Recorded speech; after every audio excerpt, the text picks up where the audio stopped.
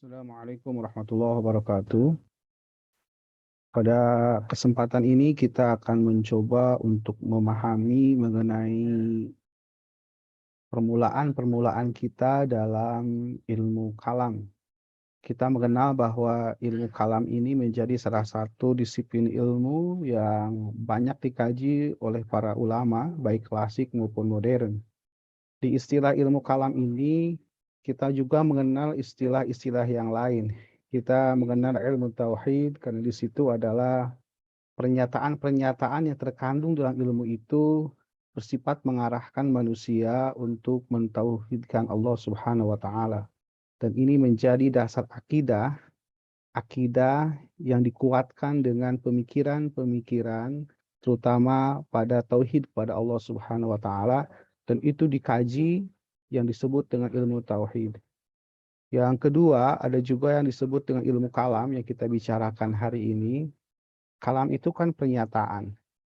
Yang dimaksud pernyataan di sini adalah pernyataan-pernyataan Al-Quran, hadis, maupun qaulul ulama yang itu dijadikan argumentasi dalam menguatkan pendapat para pemikir kalam di dunia Islam. Kita mengenal ketika permulaan awal banyak sekali kelompok-kelompok ataupun firqah yang muncul terutama setelah perang Siffin ketika terjadi di kekhalifahan Ali bin Abi Thalib. Kita mengenal di situ muncul ada Khawarij, ada Syiah, lalu lanjut itu ada Murji'ah, ada Jabariyah, ada Qadariyah, ada Mu'tazilah, juga nanti muncul agak belakangan Asy'ariyah dengan Maturidiyah. Nah, ilmu kalam ini berhubungan dengan kajian-kajian mengenai pernyataan-pernyataan yang berhubungan dengan ketuhanan dan itu dijadikan landasan yang kokoh bagi kelompok yang menguatkan pendapatnya. Kita juga mengenal istilah ilmu teologi atau dalam kajian keislaman itu ada namanya teologi Islam. Theo itu kan artinya ketuhanan, logos itu artinya ilmu. Berarti secara singkat, sederhana, secara kebahasaan, teologi itu kan ilmu tentang ketuhanan. Nah, ilmu ketuhanan inilah yang dikaji nanti berupa pernyataan-pernyataan mengenai eksistensi Allah, mengenai sifat Allah, mengenai zat Allah, mengenai sifat Allah, dan itu menjadi rujukan-rujukan para pemikir muslim khususnya dalam ilmu teologi ini. Nah, bagaimana caranya kita untuk memahami ilmu kalam ini dengan berbagai istilah yang muncul? Maka perlu kita mengidentifikasi, mengidentifikasi, menelaah kira-kira bahasan pokok apa yang itu bisa mengantarkan kita pemahaman di permulaan untuk memahami ilmu kalam ini. Kita akan lihat, hadirin sekalian, kalau kita melihat ilmu, maka dia akan berpikir mengenai sistematika pokok bahasan tertentu. Pokok bahasan ini penting menjadi muhtawiyatul bahas dalam ilmu tertentu. Nah, konten-konten ilmu ini juga ada di dalam ilmu kalam, layaknya kita memahami ilmu tafsir, layaknya kita memahami ilmu hadis. Di tafsir kita ada mengenal asbabun nuzul, ada tarikhun nujul, ada munasabah, ada al-makki wal madani, ada fawatihus suwar, ada qiraah, ada al-ahruf al-muqatta'ah juga yang lain-lain. Di hadis juga begitu, kajiannya cukup banyak. Ada asbabu urudil hadis, ada ilalil hadis, ada tarikhur ruwah, ada rijalul hadis, ada at-tashib wa tahrib, juga ilmu-ilmu yang lainnya.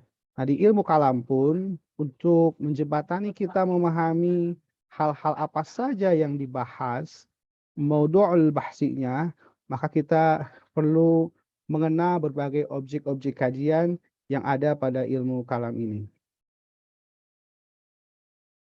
Kita akan lihat apa saja yang ada dalam ilmu kalam dari beberapa referensi yang mungkin bisa kita kaji. Di Indonesia juga banyak referensi yang berhubungan ilmu kalam. Kita mengenal almarhum Haun Sution, itu sangat terkenal bukunya di teologi Islam itu yang berwarna hijau dan itu dijadikan rujukan yang cukup populer, rujukan yang cukup kuat untuk memahami ilmu kalam dari sisi sejarah maupun doktrinnya. Kita juga ada beberapa kajian-kajian maupun buku-buku yang itu bisa dijadikan referensi yang lain. Apalagi di dunia digital ini tinggal kita klik saja di Google atau di mesin pencari yang lain, apa saja objek kajian ilmu kalam itu bisa kita temukan. Atau kalau yang suka pakai berbahasa Arab, salah satu kitab terkenalnya adalah Al-Farqu Bainal Firaq. Nah, seperti ini Al-Farqu Bainal Firaq. Al-Farqu Bainal Firaq ini dikarang oleh Sadrul Islam Al-Usuli Al-Alim Abdul Qahir bin Tahir bin Muhammad Al-Baghdadi Al-Asparayini At-Tamimi. Beliau wafat pada tahun 429 Hijriah. Al-Farqu Bainal Firaq ini cukup populer kitabnya yang membahas tentang kajian-kajian kalam ini. Juga kita bisa melihat ini dicetakan Darul Ma'rifah di Beirut, Lebanon. Ini ada haqqaqa usulahu wa fassalahu wa dhabata mushkilahu wa 'allaqa hawasyiahu Muhammad Muhyiddin Abdul Hamid. Nah, ini ada di cetakan Darul Ma'arif dan ini kitab cukup tebal sekali. Itu sampai sekitar 365 halaman. Dan ini kita bisa melihat berbagai varian mengenai pemikiran-pemikiran kalam yang kita namakan firqah, yang kita namakan sekte ataupun pemikiran-pemikiran yang sifatnya berada dalam naungan kelompok-kelompok tertentu. Dan ini sangat komplit sekali, sangat lengkap sekali dalam mengkaji berbagai hal yang berhubungan dengan pemikiran-pemikiran kalam. Di situ ada Khawarij, ada Syiah, ada Murji'ah, ada Jabariyah, Qadariyah, ada Mu'tazilah, ada Asy'ariyah atau Asy'ariyah juga Maturidiyah. Nah, kitab ini cukup terkenal di pemikiran kita baik di perkuliahan maupun di pesantren. Seperti ini kitabnya. Ini cukup bagus kita kaji dan kalau kita lihat fahrasnya, kita lihat apa isinya juga itu banyak sekali rincian-rincian secara tafsil yang menjelaskan tentang sekte-sekte di bawah kelompok itu. Di Khawarij itu ada sekte lagi, di Syiah juga ada sekte lagi, di Murji'ah ada sekte lagi. Juga nanti ada pemikiran-pemikiran yang berhubungan dengan Mu'tazilah. Itu kan mereka terkena dengan mengandalkan rasio dalam memahami konsep ketuhanan. Mereka itu nafyu sifah, menegasikan sifat Allah. Juga mereka memandang bahwa Al-Quran itu adalah makhluk. Juga yang terkenal di pernyataan tokohnya di Mu'tazilah itu Wasil bin Atha dengan al-manzilah bina manzilatain. Satu posisi di antara dua posisi. Nah, ini kan cenderung memiliki nalar-nalar rasional yang cukup diandalkan oleh mereka dalam memahami ketuhanan. Nah, Mu'tazilah ini juga memiliki berbagai sekte-sekte yang muncul dan Wasil bin Atha itu mengembangkan dengan An-Nadham Al-Jubai. Atau kita lihat lagi kitab misalkan Al-Milal wan Nihal, ini karya As-Sakhrastani dan itu juga sekarang sudah banyak terjemahannya. Misalkan ini buku yang agak lama di tahun 96 itu ada terjemah Al-Milal wan Nihal dengan terjemahnya sekte-sekte Islam. Ini dari kitab Al-Milal wan Nihal, ini dikarang oleh Syekh Muhammad bin Abdul Karim Asy-Syahrastani. Ini juga salah satu murid Al-Asqarayini yang Al-Asqarayini ini dipandang ulama yang tercatat pertama kali diberi lakob atau gelar Al-Ustad. Di sini juga banyak kajian-kajiannya mengenai ilmu kalam. Ini bisa kita contohkan saja. Di Jabariyah saja itu muncul berbagai sekte. Di sini ada Jahmiyah, ada Najariyah, ada Durariyah. Juga nanti di Syiah saja, di kelompok-kelompok yang sifatnya mereka memecah pemikiran-pemikiran dari kesyiahannya. Ada Al-Kaisaniyah, ada Zaidiyah, lalu ada Imamiyah, ada Ghaliyah atau Syiah Gholat yang lain-lain. Nah, ini dua referensi ini, Bapak Ibu hadirin sekalian, ini sangat penting kita kaji dan kita bisa membahas tuntas, juga kita bisa memetakan kelompok ini munculnya bagaimana, bagaimana situasi sosial yang berkembang ketika itu, bagaimana situasi politik yang berkembang ketika itu. Kita ingat perang Siffin, kita ingat bagaimanakah kelompok Ali bin Abi Thalib sebagai kekhalifahan lalu berhadapan dengan kelompok Muawiyah bin Abi Sufyan ketika beliau menjadi gubernur di Damaskus, dan itu terjadi hal yang sifatnya dari tanda petik sisi politis menjadi sisi kalam. Nah, agar kita sistematis dalam memahami ini, maka maudhu'ul bahsi, hal-hal yang berhubungan dengan objek-objek kajian yang ada di ilmu kalam ini harus kita pahami dan harus kita identifikasi, juga memiliki pemikiran antara kaitan satu kelompok dengan kelompok yang lainnya. Kita misalkan di sini, kita harus memahami definisi ilmu kalam, at-ta'rif fi ilmil kalam, ataupun the definition of Islamic theology. Itu juga penting karena ta'rif itu sangat eh, sangat kuat dalam menyajikan sebuah konsep dasar mengenai ilmu tersebut. Di fikih juga kita mengenal ta'rif, di usul fikih kita mengenal ta'rif, atau di bahasa yang lain kita juga mengenal al-had, al-dhabit, juga yang lain-lain. Nah, pengertian ini harus kita kuatkan pemahamannya sehingga setiap istilah di Arab itu biasanya memiliki sisi mustarak gitu. Satu lafaz itu juga bisa dimaknai dengan yang lain, apalagi dengan sudut pandang yang lain. Contoh misalkan kata ma'rifat. Mungkin di dalam ilmu nahu dia menciri ciri aksidennya, dia ciri yang sifatnya nampak, zahirul lafaz. Tetapi kalau di ma'rifat ilmu tasawuf itu beda lagi pengertiannya. Ma'rifat ilmu tauhid beda lagi pengertiannya. Atau bahkan misalkan di ilmu nafs, ilmu psikologi, ma'rifat juga memiliki definisi yang lain. Maka definisi ini penting untuk kita utarakan, untuk kita sajikan, untuk kita pahami. Setiap ilmu itu pasti punya sejarah. Ada tarikhul ilmiah. Sejarah perkembangan hadis bagaimana, sejarah perkembangan ulumul Quran bagaimana, sejarah al-ilmu fil iqtisadiyah, bagaimanakah ilmu ekonomi dalam Islam juga ada penjelasannya. Ilmu nahwu juga ada sejarahnya, ilmu sharaf ada sejarahnya, ilmu arud juga ada, qafiyah ada, syair juga ada, yang lain-lain. Sehingga sejarah ini menjadi penting untuk melihat bagaimanakah paparan-paparan konsep awal itu diuji kebenarannya melalui teori, dan itu dilakukan oleh para ulama yang sangat paham sekali dengan kajian-kajian yang ada dalam ilmu atau disiplin ilmu tertentu. Sejarah ini kan bicara tentang apa, siapa, di mana, bagaimana kejadiannya, dan itu menjadi sisi signifikansi yang saling berkaitan antara istilah dengan segi historisnya. Jadi sesuatu yang muncul pada keilmuan tidak bisa dia lepas dari sejarah. Sejarah ini penting, dan kita juga lihat bagaimanakah ilmu dalam pemikiran keislaman itu kan tidak bisa dia eh, a priori, tidak bisa dia menyendiri, tapi dia juga bisa berhubungan dengan ilmu-ilmu yang lain. Misalkan saja usul fikih tidak bisa melepaskan dari ilmu lughah, ilmu bahasa. Di situ kan ada amr, ada nahi, di situ ada zahir, ada muawwal. Tidak bisa kita melepaskan dari ilmu ma'ani, ilmu bayan, ataupun dalam klaster ilmu balago. Makanya di ilmu kalam juga ini kita mengenal pasti ada hubungan. Ilmu kalam itu kan yang sifatnya rasional, dia menggunakan alhamdulillah akal, menggunakan pemikiran rasional, itu pasti berhubungan dengan filsafat. Dan ini juga secara historis bermunculan sejarahnya itu bagaimanakah perkembangan filsafat Islam itu bersambung menjadi ilmu kalam.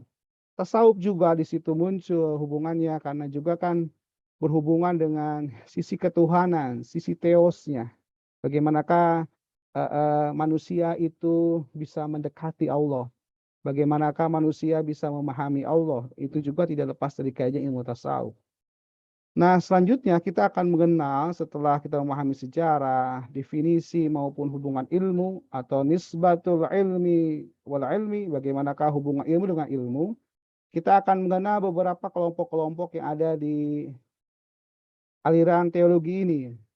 Kita di ilmu yang lain juga ada, misalkan di ilmu nahu kita mengenal madrasah Kufah, kita mengenal madrasah Basrah atau Al-Kufiyun wal Basriyun.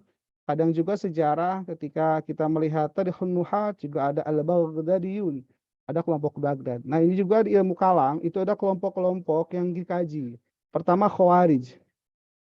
Khawarij, yang kedua Syiah. Ini sangat berhubungan sekali kemunculannya pasca peristiwa Siffin, yang mungkin nanti di bagian lain kita akan jelaskan bagaimana peristiwa Siffin itu terjadi.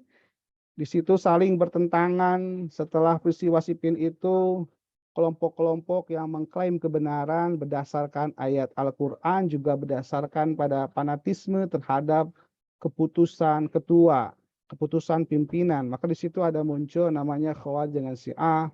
Juga nanti ada Murji'ah. Murji'ah itu kan dari kata arja, artinya menangguhkan.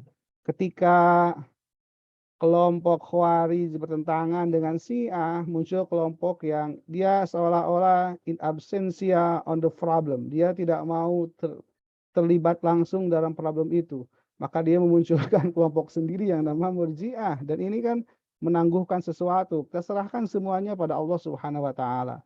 Nah, ini Murji'ah juga nanti muncul sekte-sekte. Kita juga mengenal nanti ada Jabariyah, Qadariyah. Ini sangat berhubungan sekali dengan hubungan kebebasan dan kekuasaan manusia, juga hubungan dengan Tuhan, dengan Allah. Di Jabariyah, manusia itu kan predestination. Predestination itu artinya apa? Dia tidak memiliki kekuasaan apapun. Jadi semuanya itu tergantung Allah, tergantung Tuhan, tergantung Al-Khaliq. Tapi kalau di Qadariyah itu seolah-olah berbalik dengan Jabariyah. Dia manusia dipandang dia punya kebebasan berkehendak, juga kebebasan berperilaku.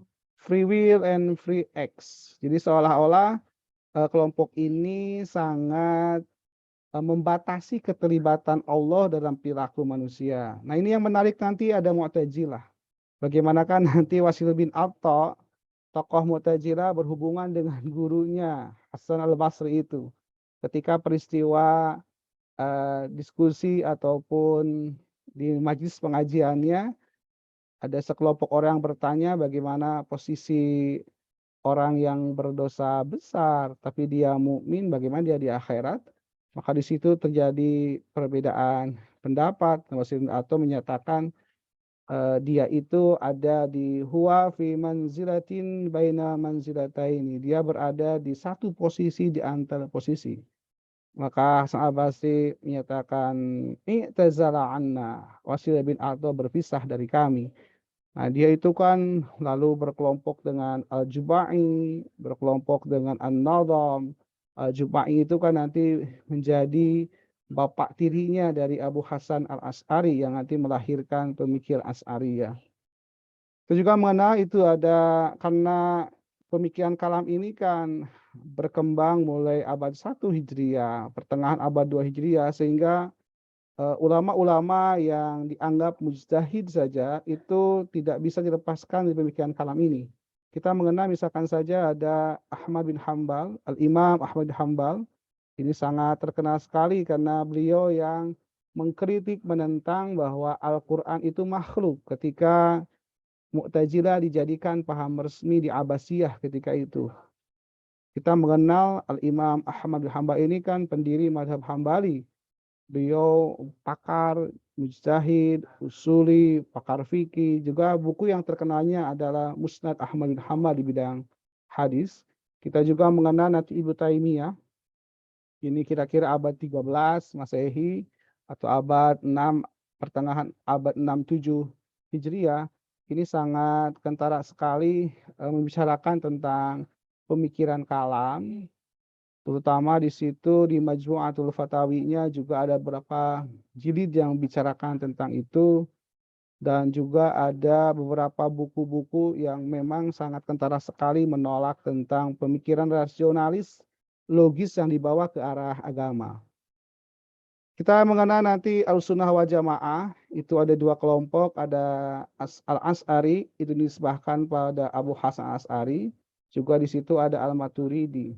Al-Maturidi ini satu klaster di Ahlussunnah wal Jamaah. Kita mengenal di situ ada teori-teori dalam kitab-kitab kita yang dibaca hari ini, lebih cenderung di Indonesia kebanyakannya menggunakan mazhab Ahlussunnah wal Jamaah Al-Asy'ariyah ini bicara tentang sifat Allah, bicara tentang, sifat yang wajibnya, sifat mustahil maupun sifat jaiz, itu dikumpulkan dalam 20 sifat yang biasa kita kenal, itu kan diadopsi pemikirannya Al-Asy'ari. Imam Asy'ari itu juga mengarang kitab yang terkenal namanya Al-Ibanah an Ushulid Diyanah. Ini kitab terkenal, juga kitab Al-Lumah. Al-Lumah ini dijadikan referensi untuk memahami bagaimanakah pemikiran-pemikiran, teologinya Abu Hasan Al-Asy'ari. Tak kalah penting karena sejarah ilmu itu berkembang, tidak hanya pada sisi awal mula perkembangannya masuk ke fase pertengahan dan sekarang masuk ke fase modern, kita juga bisa mengenal pemikiran kalam modern. Kita bisa di India itu ada Sir Said Ahmad Khan, sekarang itu kan pendirinya, Aligarh Muslim University di dekat Agra, India itu, kebetulan saya pernah ke sana. Itu kan pemikiran kalamnya sangat dikuatkan sekali di situ. Dan bagaimanakah toleransi yang dibangun di universitas tersebut cukup kuat sekali, sehingga antara jaringan Sunni dengan Syiah maupun pemikir yang lain cukup diberikan, infitahul fikri, inklusivitas berpikir yang cukup tinggi di situ. Sehingga nampak di internal universitasnya tidak terlalu banyak konflik dan pemikiran. Itu juga ada Muhammad Iqbal, ini sangat terkenal sekali. Beliau pemikir, beliau juga pujangga. Wah, banyak sekali buku-buku Muhammad Iqbal ini ya cukup populer dan bisa dijadikan referensi. Nah, di Indonesia kita juga mengenal ada Pak Harun Nasution. Beliau, salah seorang mantan rektor di Universitas Islam Negeri Syarif Hidayatullah dan ini menjadi gurunya hampir semua guru besar yang ada di Indonesia, terutama terkait ilmu kalam. Beliau menulis buku yang terkenal terkait dengan ilmu kalam namanya Teologi Islam. Dan di situ juga ada Ismail Al-Faruqi di belahan dunia sana. Nah, ini juga sangat terkenal di dalam pemikiran kalamnya. Ada juga Hasan Hanafi ini di Mesir. Dan mungkin nanti muncul juga pemikir-pemikir kalam yang lainnya. Tapi mungkin kita ingin melihat bahwa teori itu akan baku jika memang dokumentasi keilmuannya ada. Artinya bukunya ada, kitabnya ada. Tetapi wa'ala kulli hal, dari berbagai referensi yang ada ini perlu kita baca dan tadi yang saya katakan ada 2 buku yang terkenal di kita yang bisa digunakan referensi utama. Pertama adalah Al-Milal wan Nihal atau dibahasakan dari As-Sakhrastani, diterjemahkannya Syekh Islam. Juga ada Al-Farqu Bainal Firaq, ini Abdul Qahir Al-Baghdadi, ini juga sangat penting kita kaji. Baik hadirin sekalian, itu sebagai pengantar bagaimanakah ilmu kalam bisa dipahami secara sistematis, secara logis, secara runtut kalau kita mengetahui tentang tema-tema pokok yang itu ada dalam setiap disiplin ilmu masing-masing.